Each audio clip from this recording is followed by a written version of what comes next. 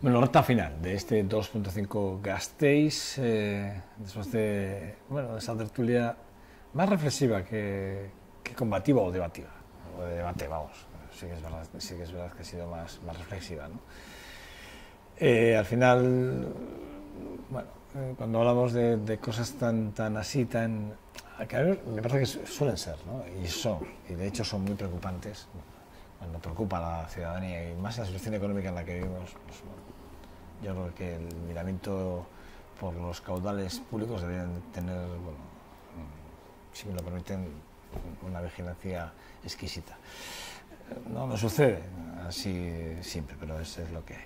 Bueno, recta final, lo que decíamos. Vamos a hablar de literatura. Roberto Lastre, bueno, ¿qué tal estás? Muy bien, ¿y tú? ¿Todo en orden? Hoy he venido bajo la nieve.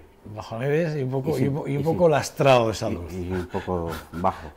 Pero bueno, probablemente yo decía que esta temperatura, estos cambios de tiempo tampoco son buenos para la salud, ¿eh? Claro, el cuerpo necesita días para adaptarse. Sin lugar a dudas. Bueno, que ayer fue la presentación del libro que la semana pasada estuvimos hablando. Aquí de Guarda mi secreto, de Pilar Llobes, y fue un exitazo de público. ¿Vendisteis todo, me has dicho? Sí, todo. ¿Todos los libros? Sí, vamos a la segunda edición, es increíble, en las librerías se está pidiendo mucho, además del tema, ¿no? El tema de la historia con el ácido de las nieves, pues tiene su despierta interés, ¿eh? en la ciudad. Pero hoy venimos a hablar de un libro clásico. Mikhail Bulgakov. Mikhail Bulgakov, El maestro y Margarita, en ruso máster y Margarita, igual que en latín. En ruso existen muchas palabras en latín, ¿no? Y quería traer este libro porque es un libro que es un clásico de la literatura, un libro muy importante, que estuvo prohibido en Rusia durante hasta el año 67, que se publicó, pero una versión censurada. Y es curioso porque Mikhail Bulgakov la empezó a escribir en el año 30, de una idea que tenía ya desde su juventud, por la cual quería criticar un poco esos primeros años de una revolución proletaria, en la cual lo que más abunda es el oportunismo, ¿no? Los arribistas, oportunistas, en fin, ¿no? Que hace que llega el diablo allí, hace una escala en Moscú y empieza a ver todo aquel espíritu de aprovecharse de las riquezas del pasado para vivir mejor, para los intelectuales que van hablando por ahí que son ateos, que Dios no existe, pero que la revolución, entonces el diablo les descubre que todo eso es una falsa moral, ¿no? Una apariencia solamente. Y ahí está entonces el éxito de la obra, posteriormente, pero en aquel momento fue censurada enseguida. Tuvo tanto miedo Mikhail Bulgakov que quemó la obra, la destruyó. Por eso que aquí, cuando el maestro, uno de los protagonistas Bueno, de hecho la publicó en el 28 y la quemó en el 1930, 2 años después. Sí, la primera edición. Sí, la primera que hizo, y después entonces en el año 30 empezó a escribir esta última versión, ¿no? Él quiso irse porque él venía de familia rica, y toda su familia se fue a París. Y él quería irse, le mandó una carta a Stalin para irse a París, pero no se esperaba que Stalin lo llamara a su casa.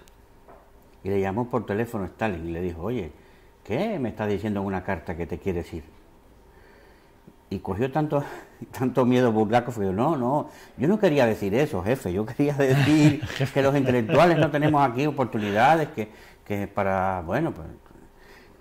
Hay una cosa, estos políticos de Stalin, como Lenin, bueno, todos los políticos de la Unión Soviética, de la dictadura del proletariado, eran lectores.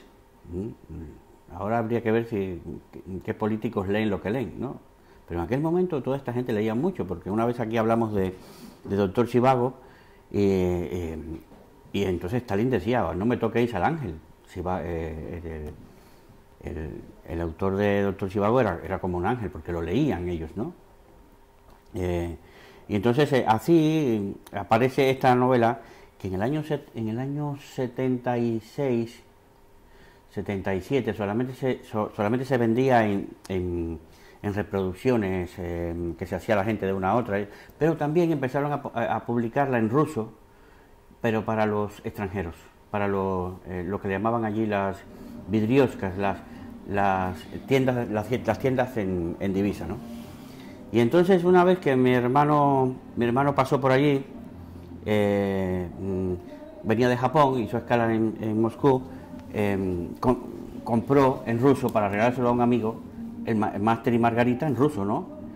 Mi amigo, cuando vio aquello, que era una joya, la revendió por 350 rublos, una barbaridad, y bueno, y estuvieron él y mi hermano pues bebiendo toda una semana con este libro. Y ahí está la cuestión, es decir, es un libro que siempre se quiso leer, pero que se leía a partir de fotocopias, bueno, no se llamaba fotocopias, reimpresiones, ¿no? La gente lo pasaba a casa en máquina, ¿no? Este es el padre del realismo mágico, esto que después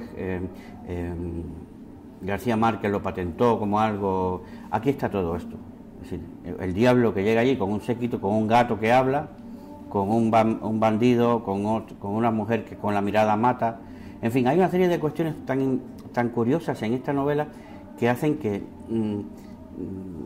imagínate tú, la Margarita, el maestro ha escrito una novela, el maestro, el protagonista de la novela, ha escrito una obra sobre Poncio Pilatos y Cristo, y no quieren que se sepa. Y lo meten en un manicomio el maestro para que, oye, usted está hablando de Cristo y de Poncio Pilatos, aquí, allá. Y entonces hay gente que empiezan, jovencitos estos, muy activos políticamente, que quieren perseguir al diablo, pero cada vez que va a los sitios a denunciar al gato y a denunciar al diablo por las cosas que hace, lo tildan de loco y termina en el mismo manicomio que el maestro. El maestro, este hombre, ya está tan triste y angustiado porque nadie quiere leer le censuran tanto su obra, que ya se olvida hasta de su novia, Margarita, que es una mujer apasionada, que lo quiere, en fin. El diablo va a rescatar a Margarita y la convierte en una mujer con poderes, ¿no? Vuela con un palo de escoba como las brujas, se hace invisible, en fin. Pero Margarita deja de usar ropas y anda desnuda por que es también para la censura de la época, una mujer desnuda por la ciudad, aquello era también una provocación de Mikhail Bulgakov, ¿no? Al final la Margarita y el maestro se van con el diablo al cielo, se van por ahí vagando, se encuentran allí a Poncio Pilatos todavía viviendo la penitencia de haber hecho a Cristo lo que le hizo, ¿no? Fíjate, estaba leyendo que es una novela influida por Fausto, la novela de Gautier, y que realmente que tiene muchos detalles del modernismo que entonces tampoco era muy visible, ¿no? Y sin embargo él habla mucho de la radio, habla de los comercios, del automóvil, de los caminos, de los tranvías, de los aviones, habla de una forma de transporte que por entonces, estamos hablando de 1930, todavía sí. no eran muy vistos de buena forma, ¿no? Claro, es que la novela tiene todos los futurista, ¿no? Los ingredientes de una novela muy de vanguardia. Es verdad que los escritores rusos fueron de los mejores en las vanguardias literarias, sí. Mayakovsky, toda esta gente que inventaron los versos escalonados y entonces había un movimiento intelectual y artístico muy importante en Rusia cuando triunfó la revolución bolchevique. Y toda esta gente, pues ya lo hemos visto con la historia, ¿no? Fueron apartados, fueron silenciados, en fin. Y este hombre murió a los 40 años de una insuficiencia renal, que era un problema ya que tenía congénito, y era médico. Y era médico, sí, que trabajó también en médico rural. Hay un libro de cuentos suyos sobre sus experiencias como médico rural, creo que se llama Yo, médico rural. También tiene otra obra que se llama Morfina, porque al principio se ponía morfina para los dolores que le daban y bueno, escribió la experiencia de lo que se vive con... Una novela que fue revisada, incluso al mencionar lo de su muerte, fue revisada durante muchas veces, es decir, creo que tiene hasta 4 revisiones. Sí, incluso y una antes, justo antes de morir, que quien acabó esa revisión fue su mujer. Sí, fue su mujer, porque lo estaban escribiendo juntos, Esto es una novela la idea era de él y eso, pero con su mujer le ayudaba mucho. Entonces, él en esa última versión, que fue la versión esa que del año 67, que se publicó en ruso, ahí es donde aparece, yo creo que esta misma versión, la que tengo yo aquí, pero ahora se ha hecho un estudio de todos los manuscritos y dicen que es la mejor versión de Maestro y Margarita. La última, la cuarta. La cuarta. La que acabó... Que se ha traducido ahora en el 2014 al castellano. Censurada, la del 67 está censurada, fue censurada. Sí, se publicó sin aspectos eróticos que había, quitando pues muchas críticas del diablo a la sociedad soviética, a la sociedad comunista. Claro, es que la única manera de criticar era esa, buscar un mundo mágico, donde entonces el que hablaba era un gato, entonces pues a través de las figuras de los animales, del séquito del diablo, pues se hacía toda esa crítica. Después el diablo monta un espectáculo en el Teatro de Variedades donde se burla de todo el estalinismo y toda la burocracia soviética. Y curiosamente Bulgakov utiliza su propia casa como escenario, que es la casa de Berlioz, la casa que ocupa el diablo y su séquito en Moscú, era la propia casa de él, que era cerca de los estanques del Patriarca, donde comienza la novela. Entonces, bueno, pues que todo el escenario, utiliza un escenario real para todo esto, ¿no? Es increíble la imaginación, ¿no? Porque es una novela fantástica, como tú decías, pues futurista, fantástica, pero que expresa la realidad de una manera, se critica la realidad de una manera sesgada. Estoy leyendo que además esta novela tiene algo que tiene muy pocas novelas, y es que el estilo es cambiante constantemente, o sea que no es un estilo constante en el que él se fija para escribir, sino que lo cambia de forma constante. ¿Me ha chocado? Sí, porque utiliza estructuras variables, estructuras móviles en la novela, y también polifonía. Es muy polifónico porque habla, por ejemplo, pues el diablo habla de diferentes maneras, el gato habla de diferentes maneras, los intelectuales, como son hipócritas y arribistas algunos, pues se ocultan en discursos y en voces que no son las suyas. Entonces, claro, eso también es una gran crítica social, ¿eh? Es decir, cómo nadie sabe quién es nadie. Sí, pero además habla en tono de jerga constante, habla de la jerga de los burócratas soviéticos, además, ¿eh? Dice que lo especifica así, el impacto visual del cine negro. Y a partir de ahí habla de lo que es sacralizar de alguna forma todas las escenas, y habla de la inexpresión o lírico de la propia obra, como por la forma de ser del propio autor. Sí, porque claro, este hombre era... No me está lo de la carta, quiero decir, ahora no me está lo de la carta. Sí, tenían que reprimirse mucho, y para escribir estas cosas, yo recuerdo aquel que le dieron el premio Nobel últimamente, que era el que escribió Un día de Iván Denisovich, Jarovsky, ahora no me acuerdo, le dieron el premio Nobel en los años 80 y también ese hombre tuvo que sufrir muchísimo para esconder los manuscritos. Le pasó a un escritor cubano, a Reinaldo Arenas, que lo vimos en una película que hizo Bardem, que hizo de Reinaldo Arenas. También, si todo lo que se pasaba para tú poder conservar manuscritos, esconderlos debajo del tejado, en fin, dárselo a otra persona que te los escondiera. Quiero decirte una cosa, yo escribí una novela en el año 84 en Cuba, y un amigo que ha muerto ahora recientemente, que era del aparato de contrainteligencia, ¿no?, del Estado, me dijo: quema esa novela, no se le enseñes a nadie. Por cierto, no la quemé yo, me la quemaron otra gente. Pero así, tú dices, hasta esas cosas llegabas, ¿no? Es decir, un miedo a la producción intelectual crítica, o al menos incisiva, que pusiera en tela de juicio la política del partido. Y hay algo que se refleja en todas estas obras, también en Doctor Zhivago, y es que pocas personas saben que en los países socialistas, los que tomaron el poder y gobernaron y administraron la justicia y administraron el gobierno, fue la mediana burguesía. Y aquí está descrito: el diablo va a burlarse de todos estos y a hacer justicia a su manera, para demostrar que todos aquellos que están allí no somos obreros, no son proletarios, y se pone en el discurso del proletario. Pero si tú eres hijo de Oblomov, tú eres el hijo de esto, tú vives en el palacio tal, ¿qué haces? Claro, eso pasó también en Cuba, pasó en muchísimos países, donde hay una clase que eran los que estaban preparados intelectualmente, más o menos, a triunfar las revoluciones proletarias, pues, o las revoluciones sociales. Pues estos que hicieron, pues se aprovecharon y vivieron durante muchísimos años y continuarán viviendo mientras que el obrero sigue igual. El obrero sigue igual, trabajando, ahí pasando trabajo para llegar a fin de mes, y en fin. Pero en la Unión Soviética pasó eso, por eso se habla de la burocracia, la tecnocracia. Ahí no existió nunca un poder obrero real. Son los años 20, ¿eh? Estamos hablando...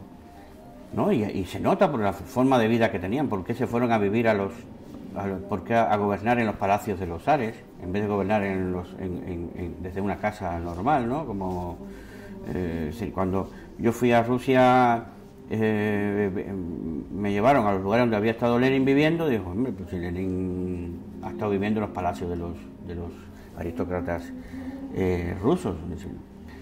Fíjate, estaba contestando las fechas, porque claro, el maestre de Margarita empieza a escribirla en el 28 y acaba con esa versión, esa cuarta revisión que hace su mujer en los años 40, ¿vale? Pero fíjate, son más de 20 años, ¿eh? Más de 20 años. Pero por medio está, en el 26 está Morfina. Y luego El corazón del perro en el 1925 y Los huevos fatales, esta sí es la que conocí yo, en el 24. Pero fíjate que en esos años, o sea, son como, digamos, 24, 25, entre el 22 y el 24 también está lo que es la Guardia Blanca, pero, es decir, ahí son 2 años de diferencia, pero el resto son 20, casi 21 años, y luego son cada año, incluso en un año, 2 novelas. Sí, choca mucho. Las otras, las que no eran tan... O sea, que no hay un orden, es decir, que no es una... Porque las otras no eran tan censuradas, que también lo fueron, pero no tanto. Entonces le permitían a él, pues no sé, vivir de eso, ¿no? De la literatura.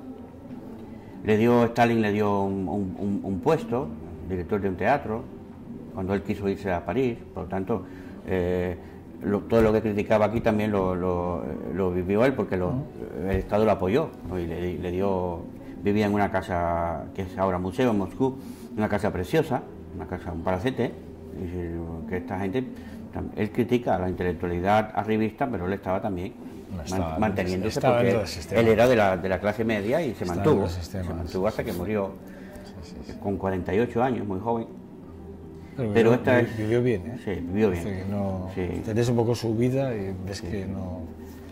Toda esta gente pues sabían idiomas, traducían, eran traductores, muy cultos para la música, para todo. Fue una generación muy, muy, muy interesante para estudiar, porque ahí estaba Nabokov también, Pasternak, Boris Pasternak, toda esta gente estaban ahí. Eso le hemos hablado en el programa. Bueno, una figura, cuando menos, Mikhail Bulgakov. Sí, cuando es menos un libro imprescindible. Es un libro imprescindible y muy divertido. Te ríes mucho, lo disfrutas mucho porque es muy mágico, muy poético. Además, esta gente escribían también. Considero una de las novelas más importantes del siglo XX. Una de las novelas más importantes del siglo XX. Y mira todo el trabajo que pasó para salir a la luz, ¿eh? Sin lugar a dudas, una de las más importantes. Por cierto, esa no está censurada, ¿no? No, ya que aparece todo el apasionamiento de Margarita.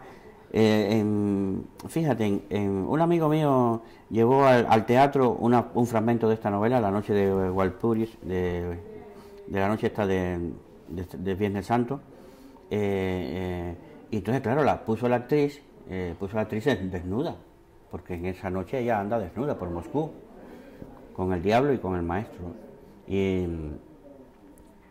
Los teatros se llenaban, porque era la primera vez que en Cuba, en La Habana, había una actriz desnuda, pero desnuda absolutamente, no había nada. Quiere decir que ya incluso, fíjate, que el hecho ya de la desnudez femenina en público ya era objeto de censura, ¿eh? Bueno, yo creo que aquellos años... Aquí también, por supuesto. Aquellos años enseñar algo de carne que decía el autor, estaba peinado, o sea que... Bueno, Roberto, un verdadero placer. Bueno, pues, tenerte. Y no es como me alegro del éxito de la presentación de... Sí, y que el libro ha tenido una acogida muy buena. Eso es muy importante. Guarda mi secreto. Guarda mi secreto. Porque es una novela que de una chica que es su primera novela y que esa novela tenga una acogida como la que tiene, buenas opiniones, buenas críticas, es muy importante, muy importante y muy reconfortante sí. para mi labor de editor también, porque es como un descubrimiento que haces, ¿no? Cuídate mucho, bueno, amigo mío. Espero. A ver si aumentamos esas defensas, ¿eh? Espero ir al médico pronto. Ya mismo, ¿vale? Vale, gracias. Cuídate mucho. Bueno, nada, hasta aquí este 2.5 Gasteiz, hoy martes 16. Bueno, mañana volvemos a estar aquí en su casa, en su televisión o en NVTV. En nombre de todo el equipo que hacemos posible este trabajo, nada, gracias y agur agur.